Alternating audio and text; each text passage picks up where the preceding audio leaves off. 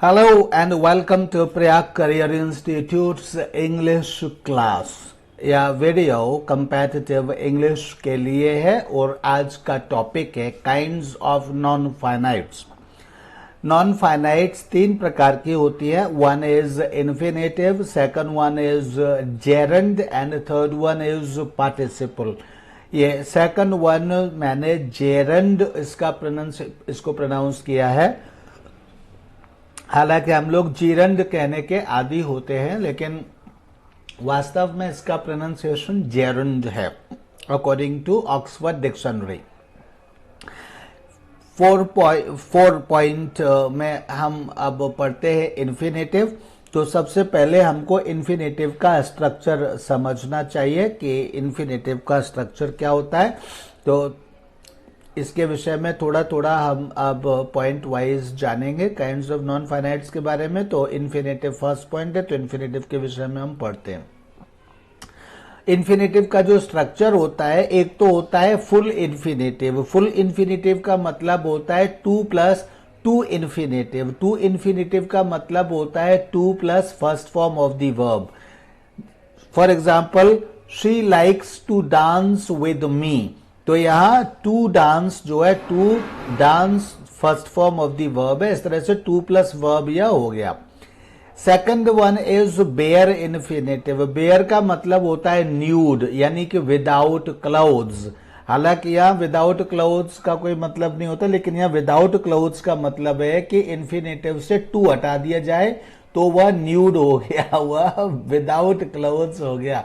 तो verb without 2 उसको हम कहते हैं बेयर इन्फिनेटिव। जैसे हम बेयर फीट, नंगे पैर अपने आप को कहते हैं, यानी चप्पल ना पहने तो हम नंगे पैर हो गए। यदि हम ऊपर शर्ट ना पहने तो बेयर बॉडी हो गए। तो इसी तरह से वर्ब विदाउट 2 को हम बेयर इन्फिनेटिव कहते हैं। इस तरह से जो first form of the verb होती है वह हमेशा बेयर इन्फिनेटिव होती है। गो, रीड, ड्रिंक, ये सब क्या है? बेयर इन्फिनेटिव है। तो she will dance with me, तो यहाँ पर जो डांस है वह क्या है? बेयर इन्फिनेटिव है। देखिए, विल जो है मॉडल ऑक्सिलरी वर्ब होती है। तो मॉडल ऑक्सिलरी वर्ब के बाद जो वर्ब्स आती हैं वो हमेशा इन्फिनेटिव होती हैं और वे बेयर इन्फिनेटिव होती हैं। तो इसीलिए यहाँ पर हम इनको बेयर इन्फिनेटिव कहते हैं। तो ये है bare infinitive. She will dance with me. Can, could, may, might, will, shall, इनके बाद जो भी वर्ब्स आती हैं वह बेयर इन्फिनेटिव होती हैं। या हैज, हैव के बाद भी जो वर्ब्स आती हैं उनको भी हम कई बार अगर मतलब वो फर्स्ट फॉर्म में है तो इसी तरह से कहा जाता है बेयर इन्फिनेटिव। या फिर वर्ब प्लस आईएनजी आ रही हैं तो फिर उनको पार्टिसिपल भी कह देते हैं। तो इस तरह से ये first form of the verb को बेयर इन्फिनेटिव कहते हैं। मूल भाव यह है। Third one is anaphoric. Anaphoric 2। Anaphoric 2 का मतलब क्या है? देखिए, ये फुल इन्फिनेटिव में 2 plus first form of the verb है, तो ये फुल इन्फिनेटिव है। इसमें से 2 गायब हो गया। बेयर इन्फिनेटिव में 2 गायब हो गया, सिर्फ क्या बची? First form of the verb बची, तो ये बेयर इन्फिनेटिव हो गई। और एनफोरिक 2 का मतलब क्या है? इसमें से वर्ब गायब हो गई, केवल 2 बचा। यानी एक में 2 गायब हो गया तो बेयर इन्फिनेटिव हो गई, एक में वर्ब गायब हो गई लेकिन 2 गायब नहीं हुआ, तो उसको हम कहते हैं एनफोरिक 2। यानी कि इन्फिनेटिव विदाउट वर्ब हम उसको कहते हैं।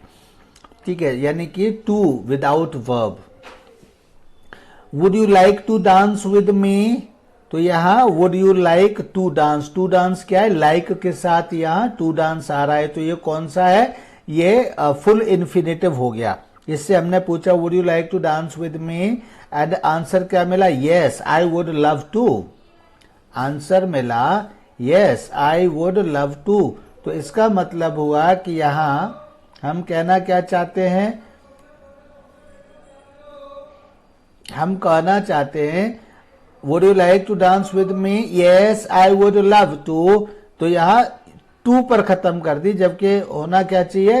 Dance with you. Yes I would love to dance with you. लेकिन यहां पर 2 पर ही बात इसलिए खत्म कर दी कि डांस विद 2 से आगे डांस विद यू, ये अपने आप समझने वाली भी बात है। जब हम 2 पर कहेंगे तो उसका मतलब डांस विद यू ही होगा। तो इसलिए चूंकि यह बात अपने आप अर्थ से और प्रयोग से समझी जाती है, तो इसलिए यहां पर सिर्फ टू कह करके बात को खत्म कर दिया जाता है। तो ऐसे इन्फिनेटिव को, जबकि यहाँ टू का मतलब ही टू डांस विद यू है, तो ऐसे इन्फिनेटिव को हम एनफोरिक टू कहते हैं। तो इस तरह से इन्फिनेटिव के तीन स्ट्रक्चर होते हैं, एक तो फुल इन्फिनेटिव, एक बेयर इन्फिनेटिव एंड एक एनफोरिक टू होता है। इस पर भी ध्यान दीजिए। एंड इसके बाद हम 4.2 पॉइंट में पढ़ते हैं full infinitive. An infinitive used with its sign to is called a full infinitive और to infinitive.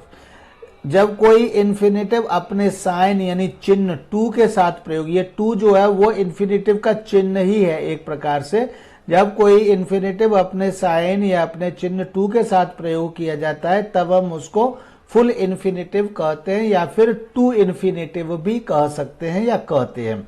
So a full infinitive consists of two items. इस तरह से जो फुल इन्फिनेटिव है उसमें दो आइटम होते हैं, दो शब्द होते हैं उसमें, एक तो टू होता है और दूसरा वर्ब होता है। It is easy to learn English, यहां पर यह सेंटेंस है, it is easy to learn English. यहां जो टू लर्न है वह फुल इन्फिनेटिव का एग्जाम्पल है, उदाहरण है। इसी तरह से this tea is too hot to drink, तो यहां जो टू ड्रिंक है यह भी फुल इन्फिनेटिव का एक उदाहरण है। तो इसलिए ये इनको हम फुल इन्फिनेटिव कहते हैं और टू से ही इनकी पहचान होती है। तो इसमें देखिए दो वर्ड है, टू प्लस ड्रिंक, यहाँ भी टू लर्न, यहाँ भी दो वर्ड है या टू आइटम्स है, टू प्लस लर्न। इस तरह से इसमें दो आइटम है। Now 4.3 bare infinitive. तो बेयर इन्फिनेटिव क्या होता है? अब बेयर इन्फिनेटिव, यहाँ ओ लिखा है, ये टाइपिंग मिस्टेक है, तो यहां पर मैं इसको ए कर देता हूं। ए कर दिया मैंने यहां पर। तो अब bare infinitive consists, bare infinitive consists of only one item. Which मतलब इस प्रकार से, the verb it has no to preceding it nor ing following it. A bare infinitive consists of only one item. यानी bare infinitive में केवल एक ही item होता है, with the verb। मतलब इस अर्थ क्या हुआ इसका, एक ही आइटम का मतलब केवल एक वर्ब होती है। with का मतलब क्या है, इसका अर्थ हुआ इस प्रकार, या मतलब उदाहरण स्वरूप ऐसे ये with का मीनिंग होता है। तो a bare infinitive consists of only one item, उदाहरण के तौर पर द वर्ब, यानी केवल एक ही आइटम होता है बेयर इन्फिनेटिव में, जिसको आप वर्ब कहते हो, यानी टू इसमें नहीं होता। इट हैज नाउ टू, इसमें कोई टू नहीं होता। प्रीसीडिंग इट, प्रीसीडिंग इट का मतलब होता है कमिंग बिफोर इट, यानी वर्ब से पहले आने वाला कोई इसमें टू नहीं होता है।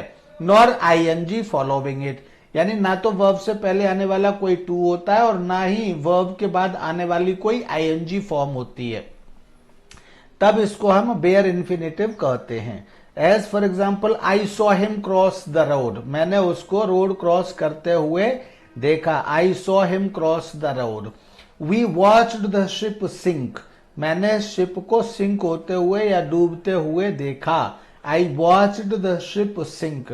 तो यहां पर या देखिए, आई सॉ हिम, ये हिम क्या है, ऑब्जेक्ट है, और उसके बाद क्रॉस क्या है, बेयर इन्फिनेटिव है।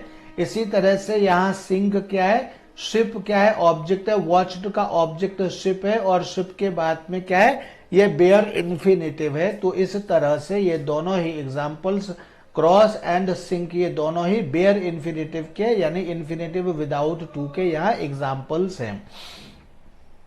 A bare infinitive has a deceptive form because it looks like a finite verb which it is not। मतलब इसको हम कहते हैं डिसेप्टिव, का मतलब होता है डिसीव से वर्ड बना है डिसेप्टिव। डिसीव का मतलब होता है धोखे देना, धोखा देना, तो डिसेप्टिव मतलब धोखेबाज। तो a bare infinitive has a deceptive form, इसकी जो फॉर्म होती है बेयर इन्फिनेटिव की, यानी कि इन्फिनेटिव विदाउट टू की जो फॉर्म होती है वो डिसेप्टिव होती है। डिसेप्टिव का मतलब धोखेबाज जैसी होती है, धोखेबाज जैसी होती है मतलब ऐसा लगता है कि यह मेन वर्ब हो, या ऐसा लगता है कि यह फाइनाइट वर्ब हो, लेकिन ये फाइनाइट नहीं होती है, ना ही ये मेन वर्ब होती है, वास्तव में ये बेयर इन्फिनेटिव होती है। तो इसलिए ऐसा लगता है, it looks like a finite verb, ये लगता है जैसे फाइनाइट वर्ब हो, लेकिन ये फाइनाइट वर्ब होती नहीं है, इसलिए इसको डिसेप्टिव वर्ब कहा है, डिसेप्टिव फॉर्म का है। इसका अर्थ यहाँ ये लिखने का अर्थ क्या है, इसका मतलब ये है कि अगर कहीं आप first form of the verb लिखे हुए देखते हैं, बेशक आप सिंपल प्रेजेंट की बात कर रहे हैं और पढ़ रहे हैं, लेकिन फिर भी एक बार यह नजर मार करके देख ले कि हम सिंपल प्रेजेंट ही पढ़ रहे हैं या फिर कहीं यह डिसेप्टिव फॉर्म में बेयर इन्फिनेटिव तो नहीं है, ऐसा देख लें। या कहीं आपको लगता है कि first form of the verb लिखी हुई है, तो कहीं आपको लगता है कि नहीं यहाँ ये फॉर्म होनी चाहिए, वो फॉर्म होनी चाहिए, तो और चीजों पर ध्यान देने से पहले एक बार यह देख ले कि ये जो है मतलब कहीं बेयर इन्फिनेटिव तो नहीं है, इस तरह से। नाउ बेयर इन्फिनेटिव के यूजेस क्या होते हैं, देखिए फुल इन्फिनेटिव के तो यूजेस आगे जाकर के पढ़ेंगे हम, लेकिन चूंकि इन्फिनेटिव का जो टॉपिक आएगा, अभी इन्फिनेटिव का टॉपिक इस वीडियो में मैं नहीं लूंगा क्योंकि बहुत लंबा हो जाएगा। मैं समझता हूं कि 1-1.5 घंटे का 2 घंटे का भी वीडियो हो सकता है, तो इसलिए हम इसमें जहां से फुल इन्फिनेटिव और फॉर्म्स जहां से शुरू होंगे वहां तक मैं इस वीडियो को ले जाने की कोशिश करूंगा, तो इसलिए वहां पढ़ेंगे। यहां पर हम पढ़ते हैं बेयर इन्फिनेटिव के यूजेस। तो बेयर इन्फिनेटिव के यूजेस क्या क्या होते हैं, तो bare infinitive is used in the following contexts, यानी ये निम्नलिखित संदर्भ में बेयर इन्फिनेटिव का यूज किया जाता है। Bare as a complement of the following verbs, यह जो है यहाँ पर कॉम्प्लीमेंट की स्पेलिंग यहाँ ठीक नहीं है, COMPLE होती है कॉम्प्लीमेंट की स्पेलिंग, तो वो मैंने चेंज कर दी है। Then as a complement of the following verbs, यह जो है इन वर्ब्स की एक कॉम्प्लीमेंट के रूप में यूज किया जाता है। ये वर्ब्स कौन कौन सी हैं, जैसे बिड है, बिहोल्ड है, फील है, फाइंड है, हियर है, नो है, लेट है, मेक है, नोटिस है, सी है, वॉच है, इनके कॉम्प्लीमेंट के रूप में इसका यूज किया जाता है। जैसे we felt the earth shake, we felt the earth shake मतलब हमने महसूस किया, as if the earth was shaking, जैसे हमने अर्थ को शेक करते हुए, तो यहाँ जो इसका मीनिंग होता है वो करते हुए, यानी कि जीरंड जैसा मीनिंग होता है, लेकिन जीरंड ये होता नहीं है, यहाँ पर ये first form of the verb यानी बेयर इन्फिनेटिव में होती है। तो we felt the earth shake, I heard her sing, I heard her sing का मतलब है कि I heard she was singing, तो आई हर्ड हर सिंग, मैंने उसको गाते हुए सुना। तो यहाँ यह क्या है, यहाँ देखिए हर्ड ऑब्जेक्ट और इसके बाद फिर इसके कॉम्प्लीमेंट के रूप में काम कर रहा है। We saw the plane land, यहाँ क्या है, we saw the plane, saw के बाद प्लेन ऑब्जेक्ट और उसके बाद लैंड क्या है, इसका कॉम्प्लीमेंट है। तो इस तरह से कॉम्प्लीमेंट के रूप में काम करता है। He made us laugh, he made us laugh का मतलब होता है, ये पॉजिटिव वर्ब होती है और यहाँ इसका अर्थ होता है उसने हमको हंसाया, तो यहाँ मेक का यूज जो होता है वो पॉजिटिव वर्ब में होता है। यहाँ इसका अर्थ जीरंड जैसा होता है, यहाँ हर्ड हर सिंग, यहाँ भी जीरंड जैसा है, यानी किसी काम को मैंने करते हुए देखा, मतलब इसमें मेरे ख्याल से आगे अभी आएगा, अगर नहीं आता है तो मैं यहीं पर बता देता हूँ, आगे आएगा तो रिवीजन हो जाएगा। इस तरह से ये जो मतलब जो होता है मतलब इसमें जो जीरंड जैसा मतलब अर्थ होता है, लेकिन जीरंड में ये होता है कि उसमें हम कंप्लीट एक्टिविटी की बात नहीं करते, हमने वैसा महसूस किया या कोई चीज हो रही थी उसकी हम बात करते हैं, लेकिन यहाँ पर हम ये कहते हैं कि वो पूरी एक्टिविटी हमने देखी या पूरी एक्टिविटी हमने जो भी, जैसे इसमें फेल्ट है तो फेल्ट का मतलब है हमने पूरी एक्टिविटी महसूस की। आई हर्ड हर सिंग का मतलब है कि मैंने उसके पूरे गाने को सुना, लगभग ऐसा अर्थ इसका होता है। We saw the plane land, यहाँ भी क्या है कि लगभग जो लैंड होने की जो प्रक्रिया है वो मैंने उसकी पूरी देखी, तो तब हम कहते हैं we saw the plane land, हालांकि लैंडिंग भी कहा जा सकता है। लेकिन बेयर इन्फिनेटिव का भी जो अर्थ है वो यह है कि इसमें हमने इस पूरी प्रक्रिया को देखा। लैंडिंग का मतलब ये भी हो जाएगा कि पूरी प्रक्रिया को हमने नहीं देखा, लेकिन लैंड का मतलब अगर हमने कहा तो इसका अर्थ हो जाएगा पूरी प्रक्रिया को हमने देखा। तो इसलिए यहां पर इस अर्थ में, जीरंड के अर्थ में, आगे जब जीरंड पढ़ेंगे तब उसमें आप देखेंगे आई सॉ हिम ईटिंग फूड, इस तरह से देखेंगे तो उसका मतलब भी कुछ ऐसा ही होता है। लेकिन यहाँ मतलब जैसे शेक है तो we felt the earth shake, यानी कि हमने पृथ्वी को हिलते हुए महसूस किया, हिलते हुए महसूस किया। यहाँ पर यह नोट करने वाली बात है सभी के लिए। लेकिन यहाँ करते हुए के लिए यूजुअली आईएनजी फॉर्म यूज करते हैं, लेकिन यहाँ आईएनजी फॉर्म यूज नहीं करते। और इसका मतलब यहाँ बेयर इन्फिनेटिव के लिए जो यूज करते हैं, फिर मैं बता दूं कि हम कहते तो यही है कि हमने पृथ्वी को हिलते हुए या ट्रेम्बल करते हुए या कंपन करते हुए महसूस किया। लेकिन हम इसमें आधी अधूरी बात नहीं, यानी कि जब उसने कंपन करना शुरू किया और जब उसने कंपन करना बंद किया तब तक हमने पूरी उस एक्टिविटी को महसूस किया, इसका मतलब ये है। इसी तरह से इसका भी मतलब ये है कि जैसे ही उसकी आवाज मेरे कानों में पड़ी तब से लेकर के लास्ट तक फिर मैंने उसको सुना। यहाँ लैंड का भी मतलब ये है कि जब मेरी नजर पड़ी और वो जो है लैंड कर रहा था, तो या यूं कहिए कि मैंने जानबूझ करके उस तरफ देखा, जैसा भी है, लेकिन लैंड करने की मैंने पूरी प्रक्रिया को देखा, जहां भी था जैसे भी था। इसका मतलब ऐसा नहीं कोई इंजीनियरिंग की तरह पूरा समझा, ऐसा कुछ नहीं, जैसे हम यूजुअली देखते हैं वैसे ही देखा, लेकिन पूरी प्रक्रिया को देखा। ही मेड अस लाफ, ये पॉजिटिव है और ये इनका अर्थ ये बहुत मतलब ये विस्तृत है, लेकिन अगर एक उसमें समझ में आ जाता है तो यह है कि उसने मुझको हंसाया, वह मुझको हंसाता है, वह मुझको हंसा रहा है, वह मुझे दौड़ाएगा, उसने मुझे दौड़ाया था, वह मुझे दौड़ा चुका है, वह मुझे हंसा चुका है। तो इस तरह के जो सेंटेंसेस होते हैं वो मेड से बनाए जाते हैं। ही मेड अस लाफ का मतलब दूसरा ऐसे भी आप समझ सकते हैं कि ही फोर्स्ड अस टू लाफ। तो यहां फोर्स्ड अस के साथ तो मैंने टू लाफ यूज किया, लेकिन मेड और मेड के बाद डूअर ऑब्जेक्ट और उसके बाद फिर ये first form of the verb यानी कि बेयर इन्फिनेटिव आता है यहां पर। इनका मतलब इसी तरह का होता है, जैसे वह उसने मुझे हंसाया, और यहां जब जैसे हंसाता है, हंसा चुका है, हंसाएगा, तो जैसे टेंस चेंज होगा वैसे ही मेक और मेड, ये जो मेड लिखा है इसका यहाँ पर टेंस चेंज होता रहेगा, ये ऐसे ही रहेगा। जैसे इसका अर्थ करे ही मेड अस लाफ, तो उसने मुझे हंसाया था, और he is making us laugh, तो वह मुझे हंसा रहा है। He was making us laugh, तो वह मुझे हंसा रहा था। He will make us laugh, तो वह मुझे हंसाएगा। He will be making us laugh, तो वह हमें हंसा रहा होगा। ये इसका अर्थ इस तरह से हो जाता है। तो ये तो पॉजिटिव में है, लेकिन ये ठीक एक जेरेंड की तरह यूज होते हैं, लेकिन क्या अंतर है वो मैंने आपको बताया। आई let them play in the park, ये जो है यहाँ लेट का मतलब अलाउ करना होता है। अलग अलग वर्ब्स का अलग अलग, जैसे यहाँ मेड का ये पॉजिटिव में है और यहाँ लेट का अर्थ अलाउ में। जैसे I let them play means allow, I allow them to play means I don't make any disturbance when they play, यानी हिंदी में मैं उनको खेलने देता हूं, ये इसका अर्थ हुआ। और यहाँ देखिए लेट, लेट के बाद क्या है, यहाँ ऑब्जेक्ट है, ऑब्जेक्ट के बाद first form of the verb. तो I let them play, I let them see, I let them read, I let them do whatever they want. इस तरह से ये सेंटेंसेस बनते हैं, जिसमें लेट देम फर्स्ट फॉर्म तो ये काफी फेमस है, ये भी फेमस है, बच्चे यूजुअली जानते ही हैं, लेकिन 1 2 3 वाले जो एग्जाम्पल्स है इन पर भी ध्यान देने की आवश्यकता है।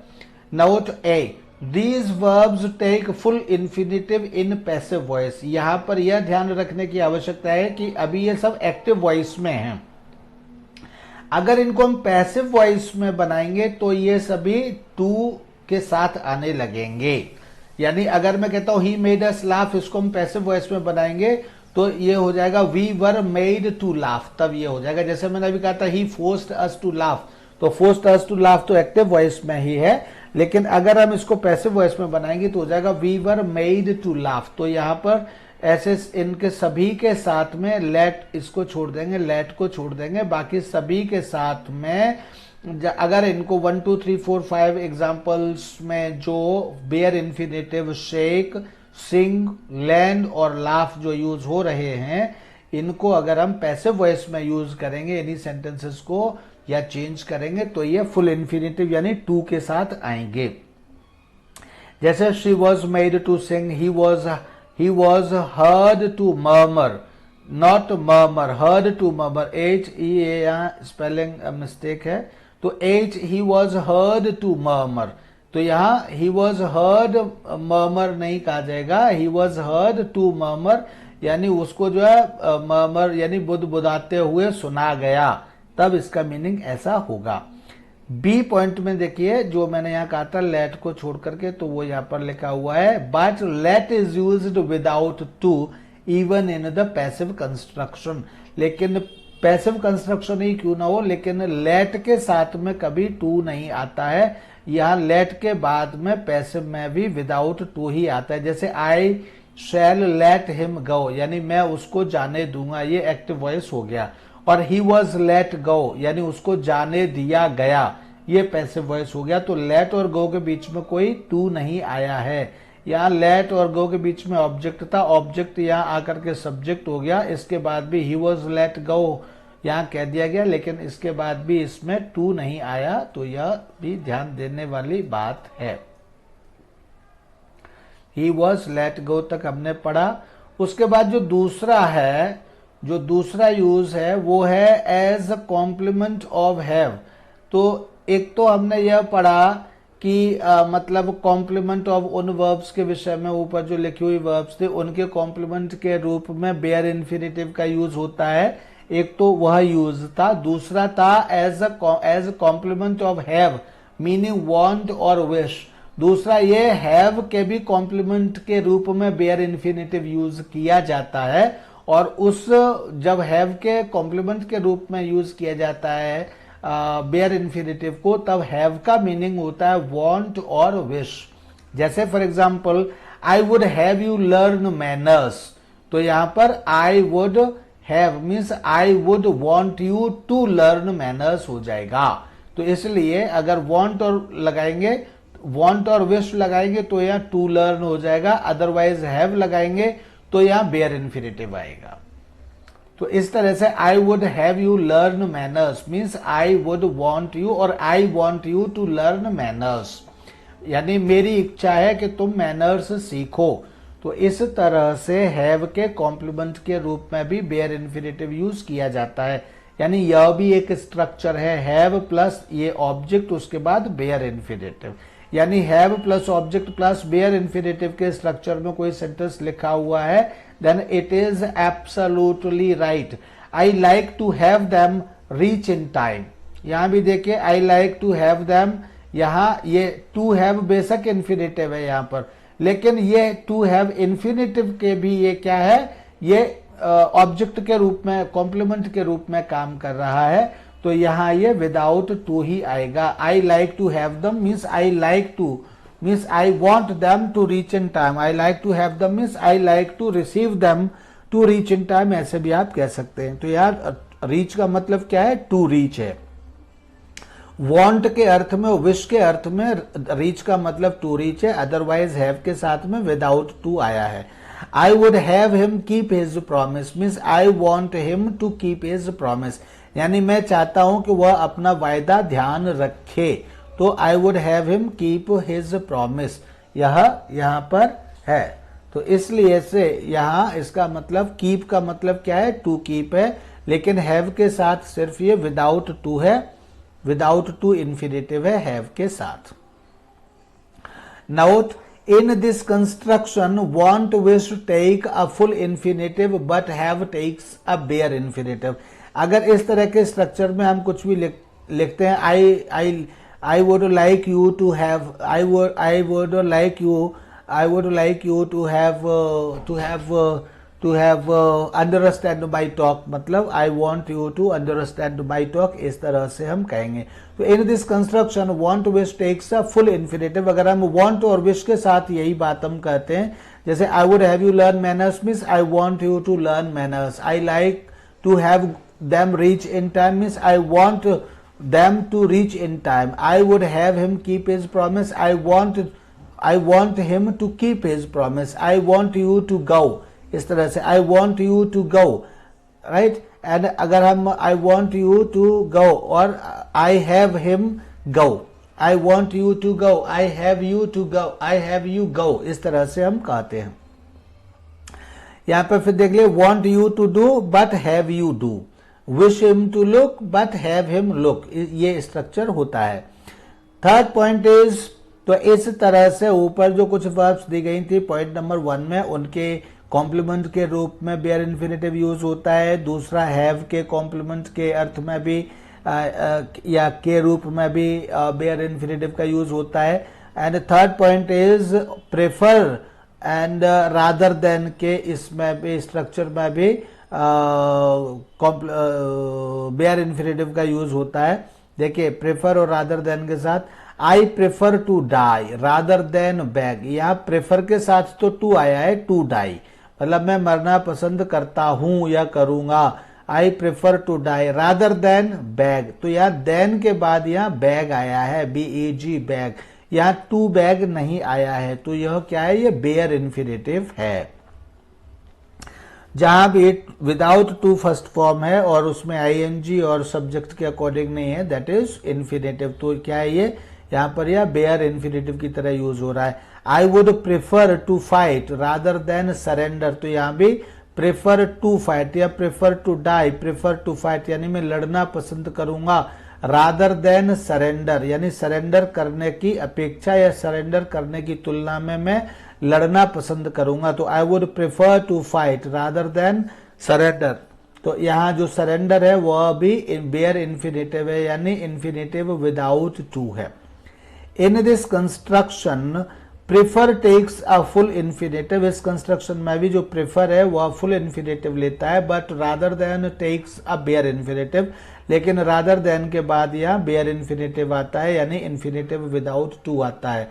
We don't say I would prefer to stay here rather than to go for a walk, हम इस तरह से कभी नहीं कहते हैं। I would prefer to stay here rather than go for a walk ऐसे तो कहते हैं, लेकिन rather than to go for a walk हम ऐसे कभी नहीं कहते हैं। तो यह भी प्रेफर और रादर देन के साथ भी एक स्ट्रक्चर है, यानी प्रेफर के साथ फुल इन्फिनेटिव आता है, लेकिन रादर देन के साथ बेयर इन्फिनेटिव आता है। Fourth point is better, had rather और इसके साथ फिर ये देन, तो इसके साथ भी क्या आता है, इसके साथ भी बेयर इन्फिनेटिव आता है। I had better, had rather, would sooner die than live in disgrace, तो यहाँ देखिए देन के बाद भी यहाँ ब्लैंक है, तो हैड रादर, हैड बेटर इनके सबके साथ भी जो आएगी वर्ब यहाँ क्या होगी, दैट विल बी, यहाँ जो वर्ब आएगी वो आपकी बेयर इन्फिनेटिव होगी, एंड देन के बाद जो वर्ब आएगी वो भी बेयर इन्फिनेटिव होगी, या नॉन फाइनाइट वर्ब आएगी वो बेयर इन्फिनेटिव होगी। नॉन फाइनाइट भी चूंकि 3 तरह की होती है, एक तो इन्फिनेटिव होता है, एक जेरेंड होता है, एक पार्टिसिपल होता है, तो यहाँ भी हमको समझने की आवश्यकता होती है कि यहाँ हमको इन्फिनेटिव आना है या लगाना चाहिए, सबसे उचित क्या है, इन्फिनेटिव की आवश्यकता है या पार्टिसिपल की आवश्यकता है या जेरेंड की आवश्यकता है। या जब हम आगे इन्फिनेटिव में पढ़ेंगे तब ये पॉइंट्स आएंगे कि मतलब इन्फिनेटिव क्यों यूज करें और जेरेंड क्यों यूज करें, तो अभी से अपना माइंड मेकअप करके रखिए। तो यहाँ had better, had rather, had would rather, sooner, इन सबके साथ में बेयर इन्फिनेटिव आता है, यहाँ फुल इन्फिनेटिव नहीं आता है। तो I had better die, I had rather die, I would rather die, I would sooner die than live in disgrace, ये सेंटेंस बनता है। Note, in these constructions a bare infinitive is used before and after than, than से पहले भी, यहाँ पे देखिए then से पहले डाई आया है, देन के बाद लिव आया, तो दोनों ही जगह पर बेयर इन्फिनेटिव यूज होता है, that is die than live, यानी ये जो है वो इस तरह से कहा जाता है, die than live. We don't say I had sooner to resign, हम इस तरह से कभी नहीं कहते कि I had sooner to resign than to flatter my boss, ये क्या है, ये गलत है। I had sooner resign than flatter my boss, इस तरह से कहते हैं, यानी इनमें दोनों ही जगह जो टू आया है वो कैसा है, दैट इज रॉन्ग, या टू नहीं आना चाहिए। Now we are moving to the next page. B point, better is a short form of had better, इसलिए so better to takes a bare infinitive, इसलिए बेटर भी, चूंकि बेटर जो है वो हैड बेटर की एक शॉर्ट फॉर्म है, तो इसलिए बेटर के साथ भी हम बेयर इन्फिनेटिव ही यूज करते हैं। We don't say you better to stay in bed for a week, हम ऐसे नहीं कहते हैं। You better stay in bed for a week, हम ऐसे कहते हैं। Fifth point is as dot dot dot as या not so, not as dot dot dot as या कंपेरेटिव फॉर्म देन, इनके साथ भी हम कैसे यूज करते हैं। देखिए, it is easy to run, it is as easy to run as swim, तो यहां एज के बाद कोई एडजेक्टिव आया तो फिर हम उसके साथ यहां क्या लगाते हैं, it is as easy to run as swim, तो यहां ऐसी स्थिति में हम इसके साथ फुल इन्फिनेटिव यूज करते हैं। एंड दूसरा एज के साथ हम बेयर इन्फिनेटिव यूज करते हैं। जो दूसरा एज है इसके बाद हम क्या यूज करते हैं, बेयर इन्फिनेटिव यूज करते हैं। It is not so easy to cook as eat, यहां भी देखिए एज के बाद, यहां भी एज के बाद क्या, सो इजी, मतलब एक एडजेक्टिव आ गया एंड उसके बाद क्या आ गया, उसके बाद ये इन्फिनेटिव आ गया, मतलब फुल इन्फिनेटिव आ गया, और उसके बाद एज के बाद यहां क्या है, इन्फिनेटिव विदाउट टू, यानी कि बेयर इन्फिनेटिव आया। तो यानी फर्स्ट एज में या नॉट सो या नॉट एज में, यानी इस कंस्ट्रक्शन में फर्स्ट एज के बाद तो किसी एडजेक्टिव या एडवर्ब के बाद हम मतलब हम फुल इन्फिनेटिव यूज कर सकते हैं, लेकिन इनके बाद वाला जो है एज के बाद जो आएगा या देन के बाद जो आएगा उसमें हम फुल इन्फिनेटिव नहीं, उसमें हम सिर्फ बेयर इन्फिनेटिव ही यूज करेंगे। The second as takes a bare infinitive, यहां देखें it is easier to eat than cook के बाद note A, the second as takes a bare infinitive, जो दूसरा एज होता है वह बेयर इन्फिनेटिव लेता है, यानी उसके साथ बेयर इन्फिनेटिव आता है। The second as takes a bare infinitive. We don't say, हम इस तरह से नहीं कहते, it is not as easy to keep a promise as to make one, हम इस तरह से नहीं कहते। We don't say it is not as easy to keep a promise as to make one, it is not as easy to keep a promise as to make one, हम ऐसे नहीं कहते। हम इसमें प्रॉब्लम क्या है, देखिए दूसरे एज के बाद इन्फिनेटिव, फुल इन्फिनेटिव आ रहा है, यानी टू आ रहा है, तो हम इस तरह से नहीं कहते। B, then takes a bare infinitive, then के बाद भी क्या आता है, बेयर इन्फिनेटिव आता है। We don't say it is easier to make a promise than to keep it, तो हम ऐसे भी नहीं कहते। देन के साथ भी हमेशा बेयर इन्फिनेटिव आता है। दिस इज पॉइंट नोट वर्दी, यानी कि वर्थ नोट, यानी कि ध्यान देने के लायक है ये पॉइंट भी। देन नेक्स्ट इज वाई और वाई नॉट, तो why hire a taxi, why not start now, ये these elliptical expressions to take a bare infinitive, इनमें भी क्या है कि why should we hire a taxi, why should we not start, इसलिए इनमें से जो चीजें बीच में से गायब कर दी गई हैं, इसलिए इनको इलिप्टिकल एक्सप्रेशंस कहा जा रहा है।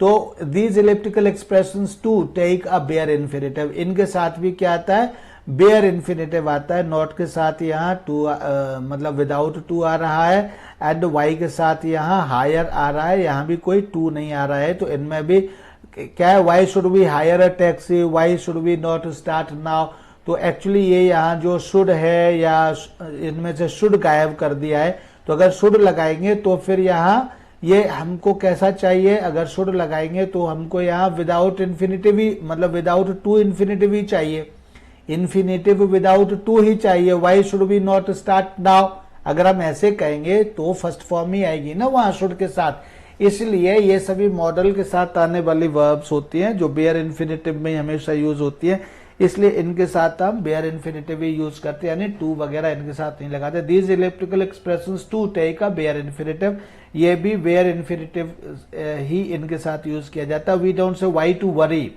वाई टू हरी, हम ऐसे नहीं कहते हैं। Why not to have a picnic, हम ऐसे भी नहीं कहते हैं। 7th point is help, help के साथ भी हमेशा बेयर इन्फिनेटिव आता है। He helped me carry, to carry the luggage, he helped me carry and to carry the luggage. Actually कहीं कहीं चलिए अभी इसका नोट पढ़ते हैं। शी हेल्प्ड मी फाइंड, यानी हेल्प के बाद यहाँ ऑब्जेक्ट और ऑब्जेक्ट के बाद में यहाँ बेयर इन्फिनेटिव, और कुछ केसेस में या यूं कहिए कि मतलब दोनों ही इसके साथ एक्सेप्टेबल होते हैं, ऐसे भी कह सकते हैं। यानी he helped me carry the luggage भी सही है और he helped me to carry the luggage भी ठीक है। She helped me find my purse and she helped me to find my purse भी सही है। Help can be use with to और विदाउट टू, यानी दोनों ही अर्थों में ये यूज किया जा सकता है। In American English it is usually used without to, American English में विदाउट टू यूज किया जाता है। The emission of to is on the increase, अब जो है, लेकिन अब जो है मतलब इसमें से टू है वह धीमे धीमे इंक्रीज होता जा रहा है। द एमिशन ऑफ मतलब लीविंग आउट, यानी टू को छोड़ने की अब जो गिनतियां हैं वह बढ़ती जा रही हैं। Next, 8th point is but or except. In these constructions, but except takes a bare infinitive. जैसे she does nothing but watch TV all the time, तो but और except के बाद अगर कोई verb आ रही है तो वो भी यहाँ पर bare infinitive के रूप में ही आती है। जैसे she does nothing but watch TV all the time. He does nothing except talk all the time. I can do anything but tell a lie. मैं कुछ भी कर सकता हूं except but tell a lie means except tell a lie. तो यानी यहाँ but का जो मीनिंग होता है वो except ही होता है, तो इसलिए इस स्थिति में हम यहाँ कुछ भी कर सकते हैं। इसी तरह से तो यहाँ इनके बाद भी बेयर इन्फिनेटिव यूज किया जाता है। 9th point is do plus be plus infinitive, यानी ये कॉम्प्लीमेंट के रूप में होता है। The use of to is optional when an infinitive is used as a complement of the verb be. जब कोई इन्फिनेटिव वर्ब बी के कॉम्प्लीमेंट के रूप में यूज किया जाता है, the use of to is optional, वहां पर जो टू का प्रयोग है वह ऑप्शनल होता है। All I can do is to inform you, to inform the police ऐसे भी कह सकते हैं। All I can do is to inform the police भी कह सकते हैं, और all I can do is inform the police ऐसे भी कह सकते हैं। यानी ये इज का कॉम्प्लीमेंट के रूप में तो इज टू इन्फॉर्म भी आ सकता है और इज इन्फॉर्म द पुलिस भी आ सकता है। The only thing necessary to do is to expel him और इज एक्सपेल हिम ऐसे भी कहा जा सकता है, यानी दोनों ही ये ठीक हैं। तो डू प्लस बी यानी डू के साथ अगर, लेकिन यहाँ डू आना जरूरी है। अगर डू आया है तो इस, और यहाँ बी आया है तो बी के कॉम्प्लीमेंट के रूप में इसके साथ टू लगाया भी जा सकता है और हटाया भी जा सकता है। नाउ इज एनफोरिक टू, तो अब एनफोरिक टू के विषय में अब हम थोड़ा सा पढ़ेंगे। तो sometimes to alone is used instead of to plus verb, यानी to plus verb full infinitive के बजाय केवल sometimes alone is used, to alone is used, यानी टू कभी कभी अकेला ही यूज किया जाता है। In this construction the verb is omitted and to is used as a substitute for a full infinitive. इस कंस्ट्रक्शन में वर्ब को तो हटा दिया जाता है और टू को ही पूरे फुल इन्फिनेटिव के सब्स्टिट्यूट के रूप में यूज किया जाता है। सब्स्टिट्यूट का मतलब है कि उसके विकल्प के रूप में यूज किया जाता है, यानी फुल इन्फिनेटिव के रूप में टू ही यूज किया जाता है केवल, और बाकी वर्ब को हटा दिया जाता है। It is called an anaphoric use of to, इसको जो है एनफोरिक यूज ऑफ टू कहा जाता है because it has a backward reference, क्योंकि इसका जो रेफरेंस है वो बैकवर्ड यानी पीछे की ओर होता है। A reference to an earlier mention of the verb, ये backward का मतलब क्या है? A reference to an earlier mention of the verb, जो इससे पहले जो verb है जो बताई जा चुकी या कही जा चुकी है उस verb से इसका relation या mention होता है। जैसे would you like to have a cup of tea, तो yes I would love to, तो बाकी क्या है, love to have a cup of tea. तो ये क्या है, लव टू, तो टू से पहले क्या है, हैव, तो इसी वर्ब से ये संबंधित होता है, तो इसलिए इसको हम एनफोरिक कहते हैं। She wanted to lock up the house but she forgot to. तो शी फॉरगॉट टू किससे मतलब है, लॉकअप से मतलब है, तो इसलिए इसमें हम बाकी को छोड़ देते हैं। टू लॉकअप हाउस से मतलब है, तो हमने टू पर ही कह करके छोड़ दिया। I didn't want to go to the cinema but I had to. तो यहाँ पे टू के बाद हमें क्या कहना है, ये इसका किससे रेफरेंस है, गो से संबंध है, तो इसलिए टू गो हम यहाँ पर छोड़ देते हैं, मतलब गो कहना छोड़ देते हैं, सिर्फ टू लिखते हैं यहाँ पर इस तरह से। तो इसलिए इसको हम कहते हैं एनफोरिक टू। इसके बाद fourth point is also there, can they help now if they want to, means if they want to help they, sorry, can they play now if they want to, यानी क्या वे खेल सकते हैं, if they want to, want to के बाद का to से मतलब किसका है, प्ले से मतलब है, तो if they want to play, तो इसलिए यहां पर हम प्ले न लिख करके केवल टू तक ही लिखते हैं, क्योंकि टू ही यहां नया है, बाकी सब तो वही पुराना है, इसलिए हम केवल टू तक लिखते हैं। This device is used to avoid the repetition of verb. इस तरह का जो स्ट्रक्चर है ये वर्ब के रेपिटेशन से बचने के लिए इसको यूज किया जाता है। Split infinitive. An infinitive consists of two items. For example, to plus verb. ये विज लिखा हुआ है, विज का मतलब फॉर एग्जाम्पल ही होता है, इसलिए मैंने सीधा फॉर एग्जाम्पल पढ़ लिया। When a to plus verb is split into two parts and an adverb is put between the two, it is called a split infinitive. जब किसी टू प्लस वर्ब को दो भागों में बांट दिया जाता है और उनके बीच में किसी एडवर्ब को लिख दिया जाता है, तब उस स्थिति को हम स्प्लिट इन्फिनेटिव कहते हैं, या इस स्थिति को स्प्लिट इन्फिनेटिव कहा जाता है। He asked me to briefly state my case. यहां पर टू और स्टेट ये वर्ब है, इसके बीच में ब्रीफली आ गया, तो इसलिए इसको हम स्प्लिट इन्फिनेटिव कहते हैं। Here to has been separated from the verb state. यहां वर्ब स्टेट से टू को सेपरेट कर दिया गया है, एंड एन एडवर्ब जो कि ब्रीफली है इंसर्टेड बिटवीन देम, और एडवर्ब ब्रीफली एडवर्ब को यहां पर बीच में इंसर्ट कर दिया गया है, लिख दिया गया है या रख दिया गया है। Prescriptive grammar frowns upon the separation of to from its verb and demands a recasting like this.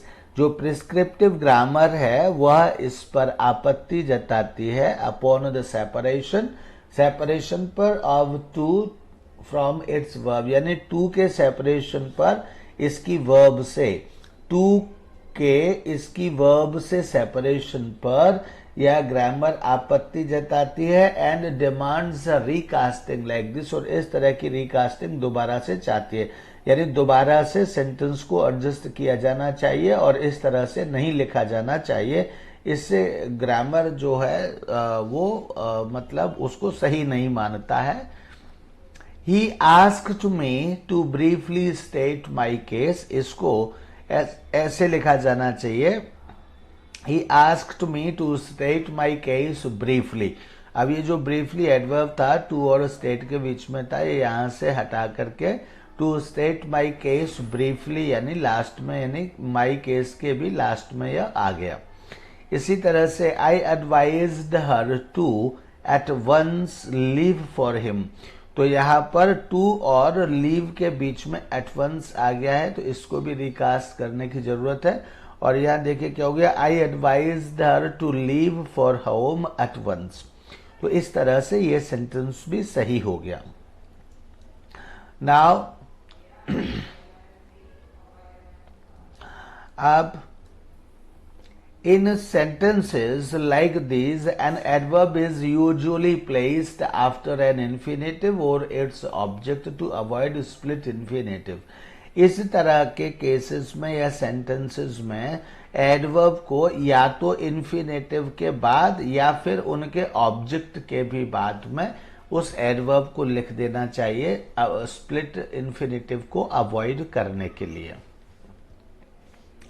Now you are requested to kindly grant me a day's leave. यहां भी देखिए टू और ग्रांट के बीच में काइंडली लिखा हुआ है, तो इस काइंडली को हम कहा, या तो यहाँ तो बाद में लिखा है, यहाँ दूसरा केस है you are requested to kindly grant me a day's leave, तो इस काइंडली को हम कहाँ लिख सकते हैं, इसको हम पहले लिख सकते हैं, और you are kindly requested to grant me a day's leave, यह इस तरह से हो जाएगा। तो इस तरह से इस सेंटेंस की भी यहाँ पर रिकास्टिंग इस तरह से हमने कर दी। अब you are kindly requested to grant me a day's leave, ये भी यहाँ पर हो गया। तो इस तरह से हमको रिकास्टिंग सेंटेंसेस की कर देनी चाहिए। Split infinitive can be acceptable only when a recasting और रीऑर्डरिंग इज नॉट पॉसिबल। जब किसी सेंटेंस की रिकास्टिंग और रीऑर्डरिंग पॉसिबल ना हो, सिर्फ तभी स्प्लिट इन्फिनेटिव को किसी केस में एक्सेप्ट किया जा सकता है, अदरवाइज इसको एक्सेप्ट नहीं किया जा सकता, और यह गलत होता है ग्रामर की दृष्टि से। आज के लिए यहीं तक। इसके बाद दूसरा वीडियो में दूसरे सब्जेक्ट को, इसमें जैसे ये इन्फिनेटिव फॉर्म्स दिखाई दे रहा है, इसको दूसरे वीडियो में इंक्लूड करते हुए और इन्फिनेटिव का सिर्फ एक वीडियो बनाएंगे, वो आपके लिए लेकर के आएंगे इन द नेक्स्ट वीडियो। तब तक के लिए thank you and bye bye, have a great